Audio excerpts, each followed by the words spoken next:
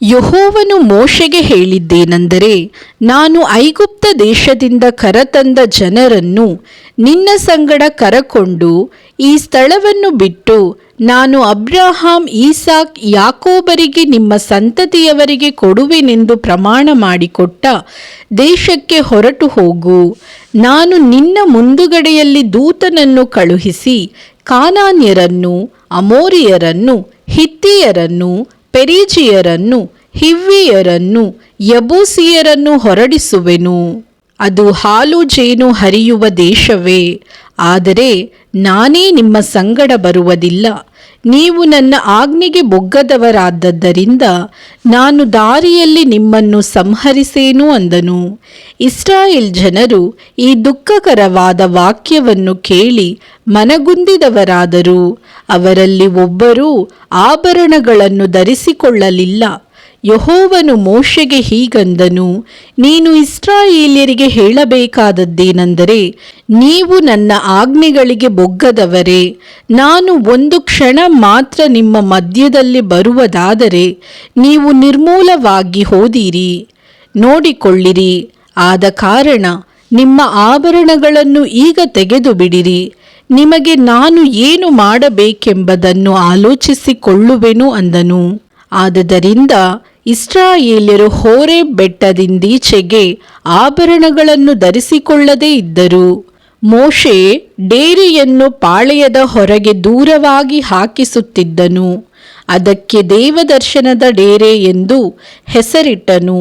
ಯೆಹೋವನ ಉತ್ತರವನ್ನು ಬಯಸಿದವರೆಲ್ಲರೂ ಪಾಳೆಯದ ಹೊರಗಿದ್ದ ದೇವದರ್ಶನದ ಡೇರೆಗೆ ಹೋಗುತ್ತಿದ್ದರು.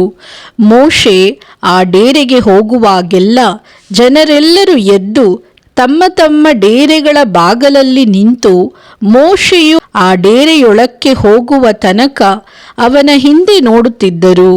ಮೋಶೆ ಆ ಡೇರೆಯೊಳಕ್ಕೆ ಹೋದ ಕೂಡಲೇ ಮೇಘಸ್ತಂಭವು ಇಳಿದು ಆ ಡೇರೆಯ ಬಾಗಲಲ್ಲಿ ನಿಲ್ಲುತ್ತಿತ್ತು. ಆಗ ಯೆಹೋವನು ಮೋಶೆಯ ಸಂಗಡ ಮಾತಾಡುವನು. ಆ ಮೇಘಸ್ತಂಭವು ಡೇರೆಯ ಬಾಗಲಲ್ಲಿ ನಿಂತದ್ದನ್ನು ಜನರೆಲ್ಲರೂ ನೋಡಿ ಎದ್ದು ತಮ್ಮ ತಮ್ಮ ಡೇರೆಗಳ ಬಾಗಲಲ್ಲೇ ಅಡ್ಡ ಬೀಳುವರು. ಮನುಷ್ಯರೊಳಗೆ ಒಬ್ಬನು ತನ್ನ ಸ್ನೇಹಿತನೊಡನೆ ಹೇಗೆ ಮಾತಾಡುವನೋ ಹಾಗೆಯೇ ಯೆಹೋವನು ಮೋಶೆಯ ಸಂಗಡ ಮುಖಾಮುಖಿಯಾಗಿ ಮಾತಾಡುತ್ತಿದ್ದನು. ತರುವಾಯ ಮೋಶೆ ಪಾಳೆಯಕ್ಕೆ ತಿರುಗಿ ಬರುವನು. ಆದರೆ ನೂನನ ಮಗನಾದ ಯೆಹೋಶುವನೆಂಬ ಹೆಸರುಳ್ಳ ಯೌವನಸ್ಥನಾದ ಅವನ ಶಿಷ್ಯನು ಆ ಡೇರೆಯಲ್ಲೇ ಇದ್ದನು. ಅದರ ಬಳಿಯಿಂದ ಹೋಗಲೇ ಇಲ್ಲ. ಮೋಶೆ ಯೆಹೋವನಿಗೆ, ಈ ಜನರನ್ನು ಆ ಸೀಮೆಗೆ ನಡೆಸಿಕೊಂಡು ಹೋಗಬೇಕೆಂದು ನೀನು ನನಗೆ ಆಜ್ಞಾಪಿಸಿದೆಯಷ್ಟೇ. ನನ್ನ ಸಂಗಡ ಯಾರನ್ನು ಕಳುಹಿಸುವಿಯೋ ಅದನ್ನು ನನಗೆ ತಿಳಿಸಲಿಲ್ಲ. ನಿನ್ನ ಹೆಸರನ್ನು ಗೊತ್ತು ಮಾಡಿದ್ದೇನೆಂದು ನಿನಗೆ ನನ್ನ ದಯೆ ದೊರಕಿತೆಂದು ನೀನು ನನಗೆ ಹೇಳಿದೆಯಲ್ಲ. ನನಗೆ ನಿನ್ನ ದಯೆ ದೊರಕಿದ್ದಾದರೆ ನಾನು ನಿನ್ನನ್ನು ಬಲ್ಲವನಾಗಿರುವಂತೆ ನಿನ್ನ ಮಾರ್ಗವನ್ನು ನನಗೆ ತೋರಿಸು. ಆಗ ನಿನ್ನ ದಯೆ ನನಗೆ ದೊರೆಯಿತೆಂದು ನನಗೆ ತಿಳಿದಿರುವುದು. ಈ ಜನವು ನಿನ್ನ ಪ್ರಜೆ ಎಂದು ಜ್ಞಾಪಕ ಮಾಡಿಕೋ ಎಂದು ಅರಿಕೆ ಮಾಡಿದನು. ಅದಕ್ಕೆ ಯೆಹೋವನು, ನಾನು ನಿಮ್ಮ ಜೊತೆಯಲ್ಲಿ ಬಂದು ನಿಮಗೆ ವಿಶ್ರಾಂತಿಯನ್ನು ಉಂಟು ಮಾಡುವೆನು ಅಂದನು. ಅದಕ್ಕೆ ಮೋಶೆ, ನೀನೇ ನಮ್ಮ ಸಂಗಡ ಬಾರದೆ ಹೋದರೆ ನಮ್ಮನ್ನು ಇಲ್ಲಿಂದ ಹೋಗಗೊಡಿಸಬಾರದು. ನನಗೂ ನಿನ್ನ ಪ್ರಜೆಗಳಾದ ಇವರಿಗೂ ನಿನ್ನ ಅನುಗ್ರಹ ದೊರಕಿತೆಂಬುದು ನೀನೇ ನಮ್ಮ ಸಂಗಡ ಬರುವುದರಿಂದಲೇ ಹೊರತು ಬೇರೆ ಯಾತರಿಂದ ತಿಳಿದು ಬರುವುದು.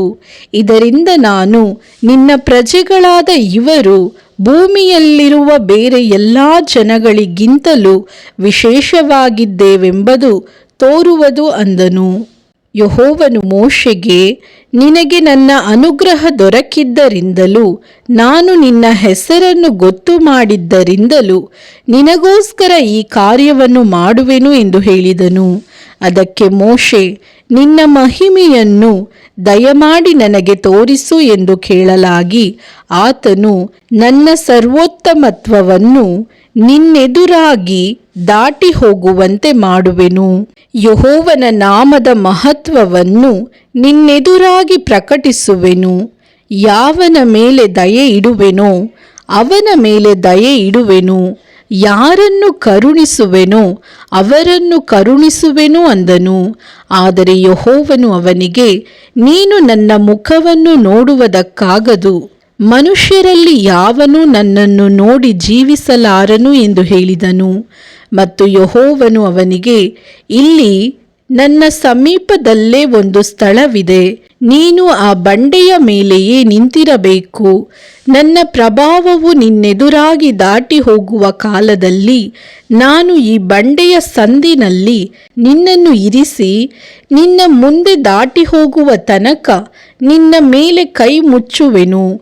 ತರುವಾಯ ನಾನು ಕೈ ತೆಗೆದಾಗ ನೀನು ನನ್ನ ಹಿಂಭಾಗವನ್ನು ನೋಡುವಿಯೇ ಹೊರತು ನನ್ನ ಮುಖವು ನಿನಗೆ ಕಾಣಿಸುವುದಿಲ್ಲ ಎಂದು ಹೇಳಿದನು.